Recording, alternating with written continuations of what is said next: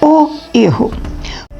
Frei Julião era um homem de estatura mediana, tez clara, magro e de olhar sereno, cujo foco percorria sobre o objeto de sua escolha como se desejasse capturar não apenas as suas formas e cores, mas a essência daquele que o criou. Naturalmente pensador, sua mente o transportava frequentemente a locais distantes, deixando transparecer que se ausentava de si mesmo. Era um ser muito simples e humilde. Ordenou-se padre pela Ordem de São Francisco de Assis ainda muito jovem e sempre realizava suas obras com muito bom ânimo, quer nas celebrações dominicais, quer nos casamentos, nos batizados e dias festivos. Outra atividade que ele considerava salutar era ouvir. Pacientemente ouvia a todos que o procuravam, para desafogar a angústia da miséria humana. Com esta prática, tornava seu rebanho calmo e saudável. Sempre inspirava o confidente, após o sacramento, a uma reflexão sobre seus atos, e verdadeiramente a alma aflita descobria o real vilão de sua existência, o raptor de sua felicidade. O padre já havia vivido mais de 6 décadas, mas disso não dava mostras, pois vivia em constante movimentação. Entregava-se a viagens que para muitos não passavam de verdadeiros suplícios. O calor e o sol não eram suficientemente fortes para desencorajá-lo a percorrer, muitas vezes a pé, estradas poeirentas para levar o conforto moral e material ao seu rebanho carente das moedas consideradas que a tudo compram. Nessas famosas idas e vindas, sobre o lombo de um cavalo, levava sacos de mantimentos variados, que a cada parada ficavam menos pesados. Mãos abertas para o alto, revelavam a triste vida do filho da terra, que antes do sol sorrir, bem longe no horizonte, já acariciava o chão seco e duro para dele extrair um adjutório para a mantença do corpo ressequido e resignado. Recebiam o visitante o pacote contendo dentro tudo aquilo que almejava e recolhendo-o, aconchegando-o ao corpo, cujo coração palpitante de satisfação despedia um olhar molhado das águas que dos céus não caíram à época da semeadura. De cada lar que partia, Frei Julião recolhia as dores da miséria do povo refletidas nas panelas velhas e enegrecidas, esquecidas sobre um ameaço de fogão sem lume. Mas para que lume? Perguntava ele a si mesmo, se eram vasilhas ocas. Chegava sempre ao fim da linha, com as sacolas vazias e o coração repleto dos quadros sombrios e expressões letárgicas. Certa vez, organizando a caixa que a mim presenteara pouco antes de seu falecimento, encontrei 3 folhas de caderno dobradas ao meio, deixando a entender que se referia a um assunto inquietante. Tratava-se a história de outra aventura vivida durante o sono de Frei Julião, que, receando esquecer-se de algum detalhe, registrou. Eu possuía um conhecimento imanente dos fatos. Não me parecia estar sonhando, muito menos imaginando.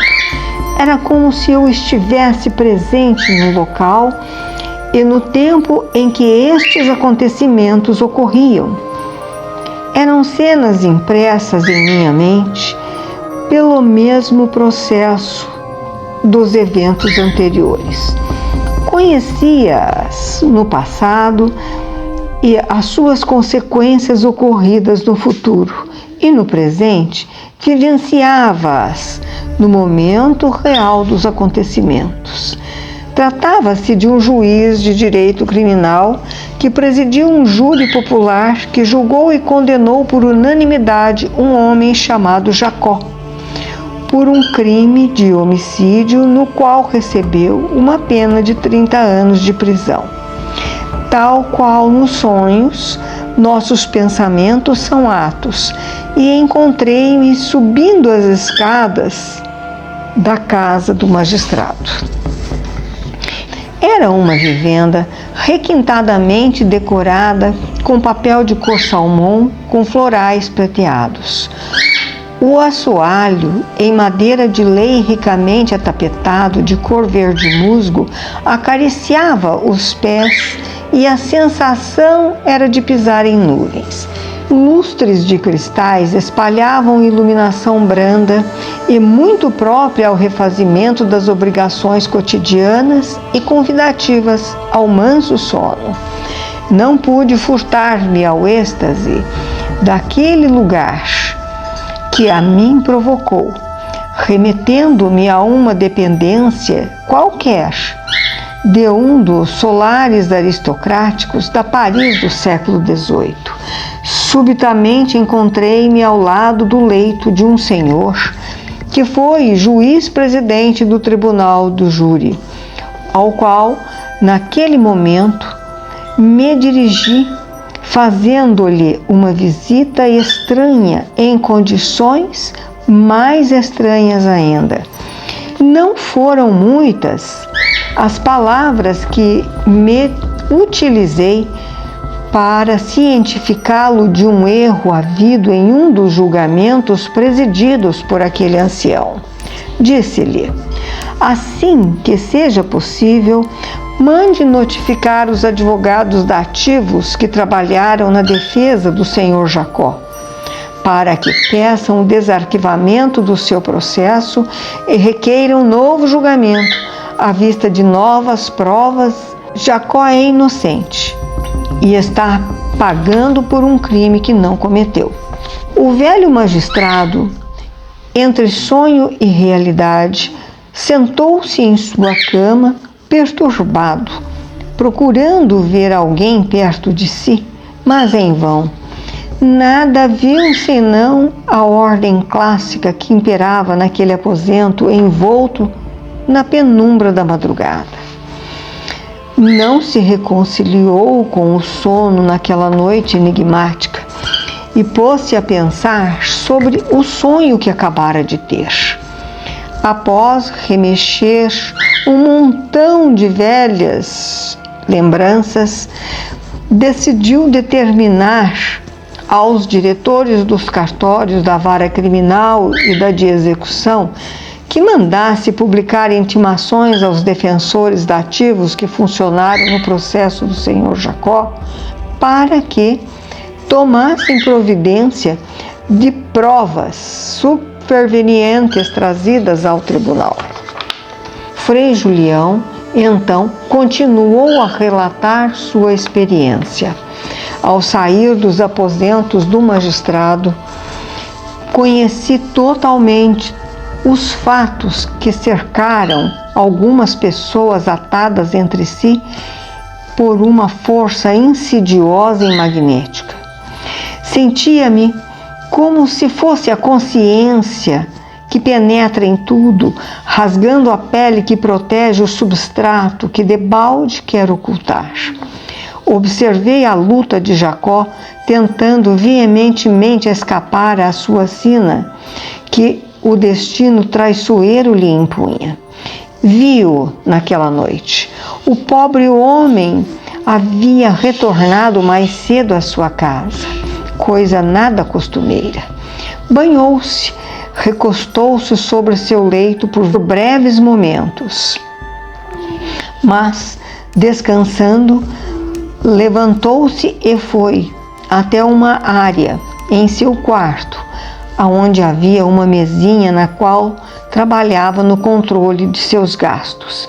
e se dedicava à leitura das notícias, já quase passadas, devido ao horário. Havia silêncio no recinto. Dona Teodora, a senhoria, que lhe cedia em aluguel uma dependência de sua casa a Jacó, preparou-lhe uma refeição. Estavam aparentemente sós. Às 20 horas, desceu a velha escada de madeira e dirigiu-se à copa. Assentou-se à lateral maior da mesa e Dona Teodora o serviu. Trocaram algumas palavras costumeiras e perguntou-lhe sobre o Honório, seu cunhado, que também era inquilino da senhora Teodora desde que exterminou até os últimos centavos de sua considerável fortuna.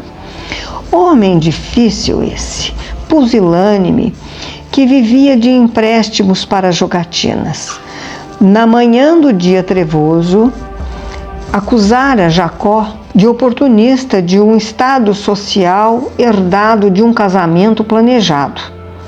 Mediante tal ofensa, homem de brio devolveu-lhe em gênero e número muito aumentado, pois fez o cunhado sentir o peso de suas mãos limpas.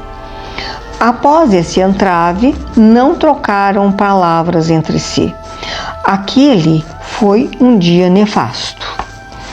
O cunhado já vivia sob os auspícios de amigos que lhe emprestavam pequenas quantias para satisfazer sua necessidade de jogar. Eu vi Honório ao lado de um homem austero, usando um terno branco com um chapéu claro e que fumava charutos, em frente a um banco local. No dia da infame discussão, aquele homem anônimo fizera uma visita à casa de Dona Teodora.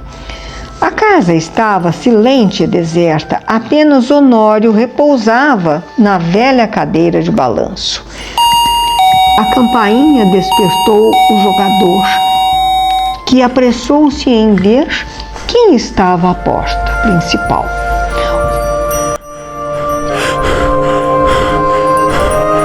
Caso você deseje ouvir a segunda parte deste trabalho literário, clique no link que aparece aqui na tela.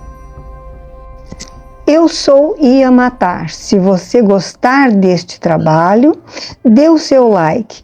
Agora, se gostar da apresentação, inscreva-se no canal. Muito obrigada pela oitiva deste singelo trabalho literário. Despeço-me com um fraterno até breve. Ia Matar.